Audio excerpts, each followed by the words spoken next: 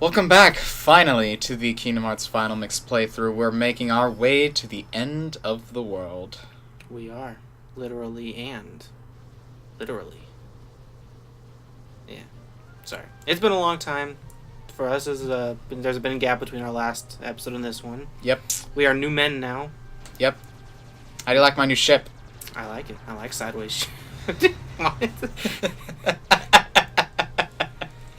It's just... I don't know. It's like a... No, see, that shows me that you just kind of agree with most of the things I say, but then when you actually analyze the situation, you form your own opinion. Because it's just... It's just you shoot... It's like a screen clear. It was pretty fun to make this thing. I wanted to... The only thing that needs to be pointing the right direction, as you can see, are the engines. Yeah, everything else can just... Although, I'm not... ship is sideways. Yep. I don't know, that's just funny. It was very humorous on my side. It's just, you imagine three of them just looking out the other direction and being like, why are we flying this way? What's going on? Their necks are going to be sore on the way out, just looking forward. I like this. Got a sword, though. Got like a little sword. Yeah, a little bit. Just quickly, before it ends, briefly, what did you think of the trip to End of the World? Seemed a bit short. Yeah, short and...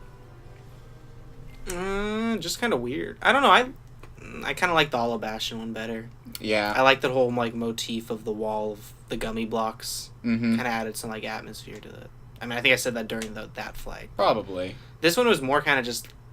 Although, see, this one kind of felt like a weird scattering of just Heartless. Which is kind of... Yeah, what sticks out to me is, like, that freaking meteor shower of those huge ships that are so hard to destroy. But don't do anything, yeah. But if they are just a weird collection, it does make sense given the theme of this world. Which, Goofy can just figure out immediately. It's starting to get annoying, to be honest. And okay, at this point, they just assume that everything's gonna be okay. Yeah. Except Sora, of course. He's just like, "Are we gonna die?" I don't know. Yeah, was this told to him? They seem pretty sure about it. Optimism, my friend. Optimism. It's good to be optimistic in a situation like this. Yeah. Kind of depressing when you look at it that perspective. Yeah, well, the title, the atmosphere, the design. I'm sorry, the design. That's actually an edit. That is actually an edit. In the original version, his eyes didn't move down. It was just standard default face. Yeah, I'd say worse than default face is default eyes. Okay, the weather was clear just a second ago.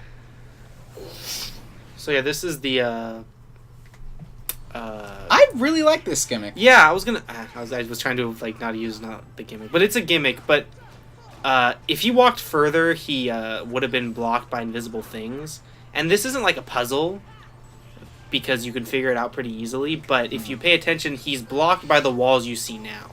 Yeah, for some reason they're in view now that you're engulfed by whatever. I mean, you're still in the same place. It's just kind of... I don't know what that energy bell is supposed to do. It's not like it warped you into a different dimension. It just kind of... A different plane trapped of existence. It just kind of trapped you there. Yeah, and this is where the battle takes place. And this isn't the world. This is just this one particular area. Yeah. But yeah, it's cool. I agree. It's very... definitely just out of nowhere, honestly. I probably shouldn't have had the longest Coliseum Cup when all this is going to be is just one battle after another. Oh well. It seemed like a good idea at the time. Get the last keyhole and move on. But I do like... And honestly, it's not that difficult, like you said. It can come down to just trial and error after a while. Just kind of hug the walls. Yeah. Until you find the right way you want to go. Because... ultimately, it just means you can't go directly straight. You have to go slightly diagonally, which is just evil. Yeah, if you... Damn you, Zane. He'll probably...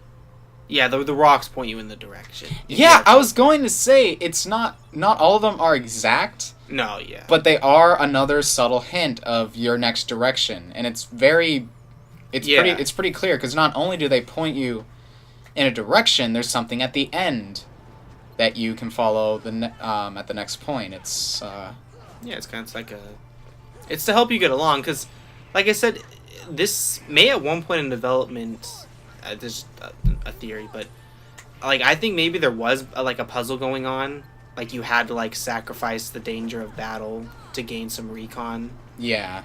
But they might have just kind of scrapped it or made it easier.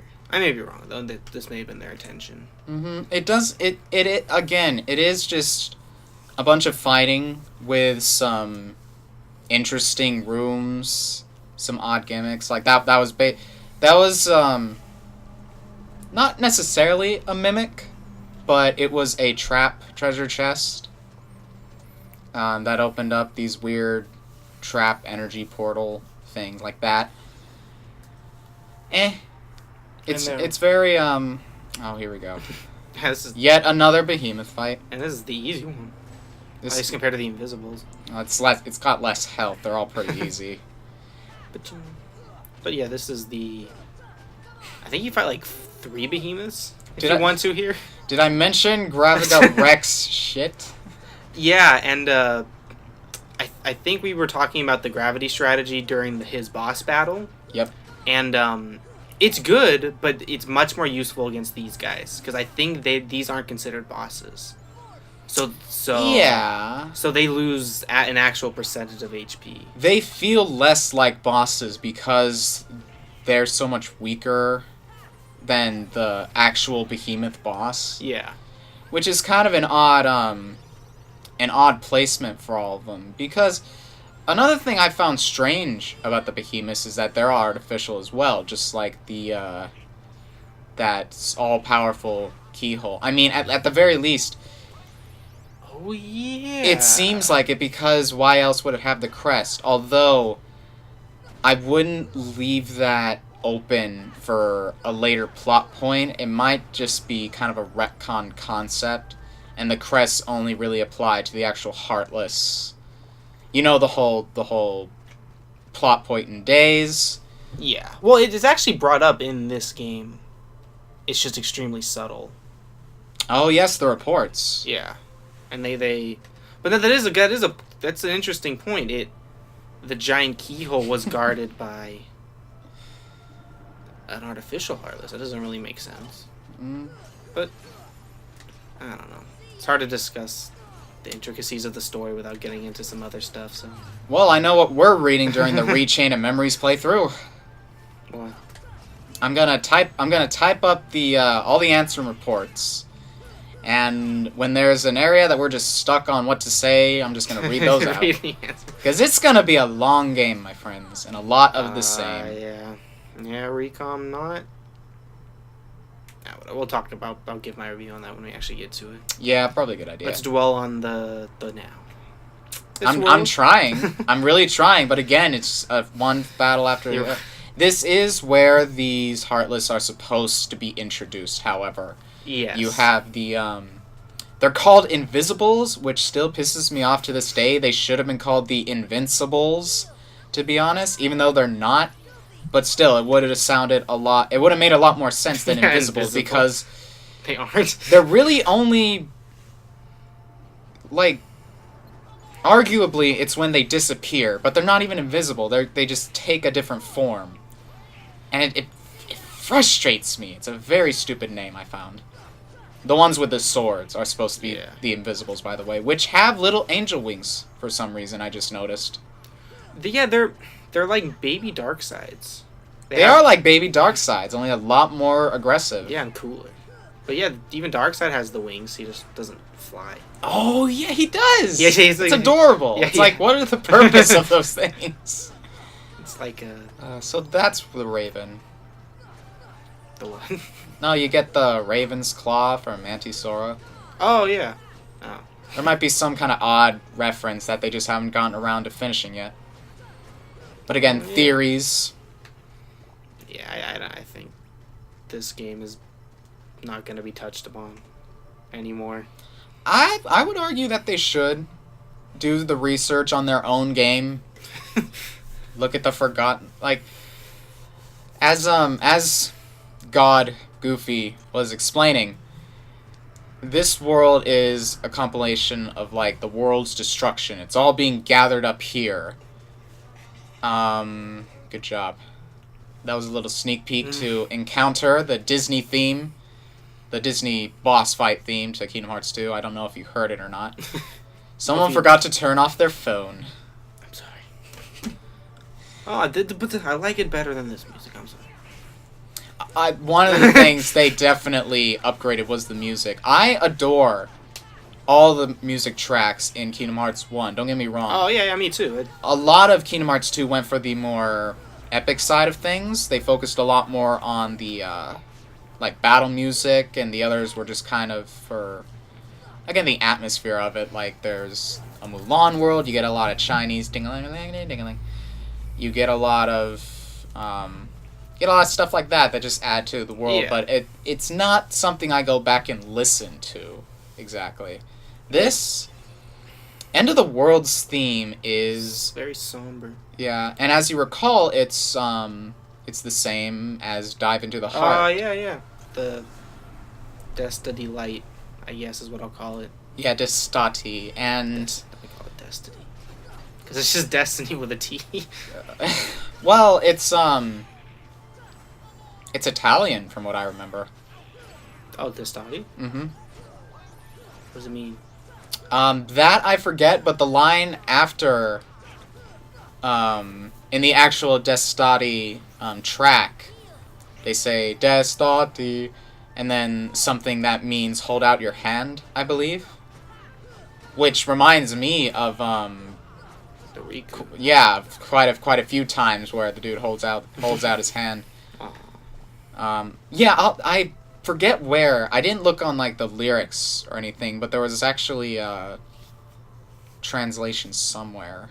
Anyway, we just got a Gale, which is the more, well, not really unique synthesis item, but you can only get it from Invisibles and the Angels, which are the Heartless, which are clearly using light powers. Now, what did you think about that? I don't know. We were talking about this before, and it's weird. They're called Angel Stars, I think. No, Angel Star, I believe, is 3 stars or something. Yeah, the I think they're just called Angels. Oh, okay. Well, regardless, they have weird names, but yeah, they have light magic. They have no motifs at all, like the other Heartless. Mm-hmm. Just very interesting. Again, it's like you're right. It's a concept that, like, you're wondering, are they going to explore maybe again? Who knows? Because, like, well, I don't know. Actually, explore. What do you mean by that? Well, because are they going to explore a Heartless that isn't, like, composed of darkness? Maybe. Even though that's like the definition of the Heartless. Well, yeah, kinda. But you got your white mushrooms and things like that, so There's a lot of things Square Enix didn't even know about their own creations. you probably didn't even think this would be popular. What a game to, like, release without knowing if it would be popular yet. Exactly. This was an experiment if I've ever seen one. Well, that's that shot right there. You're some spiky-haired kid with a key weapon in a void with Donald and Goofy standing next to you. Yep. Why is purple so evil, might I ask? It's like the Shadow Realm. Mm-hmm. I don't know. My theory, I would say... It's like poison, sort of. Oh, I love this. What, how they're still like to go to the dangerous place? Yeah, we'll find them. I like that. I really like that. And this is like a weird gummy area as well, but I'll touch on that in a minute. What I was gonna say about the purple is, like, I think it was an aesthetic touch, so that whenever darkness was around, you weren't just looking at black, because that would just get boring after a while. Yeah. Purple stands out more, and it's a bit more appealing to look at than just dark. Yeah, I agree. That's true. That is. That's true. The darkness of this game is kind of like that weird purple thing. You're right. It makes a cooler effect though. Mm-hmm. Right, much more visually pleasing. Yeah. But yeah, what do you think about these weird? Like the gummies. cages. Oh, the gummies. Yeah, again. This is just another thing where it's just all like obviously whatever the gummy materials are, they're like a big thing. Mm-hmm. No, wait. They say in the answer report what the gummy ships are. There's actually 100% reason why these are here. Like here specifically. Yeah. What the gummies are is that they bring up earlier on that like the walls got destroyed and they're gonna be rebuilt. Yep. And when they were destroyed, they turned into like they crash landed on Earth, making the gummy pieces. That's explained in like one of the things. Ansem must have been one busy motherfucker because there's no way that Heartless could have built their own ships. Well, you know, I mean, unless they just kind of took the form of ships. But again, that's another. That was badass. That was another. When you just yeah. Swapped up and was like, what's she? Glued to the wall. Is that what you're saying? Hardcore. I was just saying, there's a theory of like the Heartless that come at you when you're going through the gummy ship routes. Are they Heartless that took on gummy bodies, or are they actually piloting the gummy ships? Yeah. And I would honestly say the latter because, well, for one, you can earn their blueprints, and I see no reason to just add a cockpit and call it a day. I'm pretty sure it's already there, so that leads me to believe that there are a bunch of frantic soldiers just hitting buttons everywhere, and it's freaking hilarious. That's why they're not very effective in battle. Shadow piloting. That sounds cute, though. Yeah. Not even the shadows, just the spazzy soldiers, too. I think that'd be hilarious. Now I think of the funniest Heartless to be piloting one of the ships. Oh, yeah. Let's take this last minute of the video to figure that out. The funniest thing. Power Wilds? Power Wilds, that'd be pretty funny. The Behemoth. That'd be interesting. You'd need, like, what, an extra super duper large bridge. Unless he's, like, pointing every button with his little horn. Yeah. And I say bridge because that's one of the larger cockpits you earn in the second Kingdom Hearts game. Oh, they call it a bridge? Yeah, it's called the bridge, and it's a term for an aircraft, I believe. This blood vein motif, giving me the heebie-jeebies. Yeah, this is a little strange too. I like the little sparklies though. I'm not sure what they mean exactly. It means this is a a whole mesh of concepts. I think is what it means. I know where to go, people. I'm taking my time to show off a lot of the easily missed treasures and whatnot you can find here, because there are quite a few of them.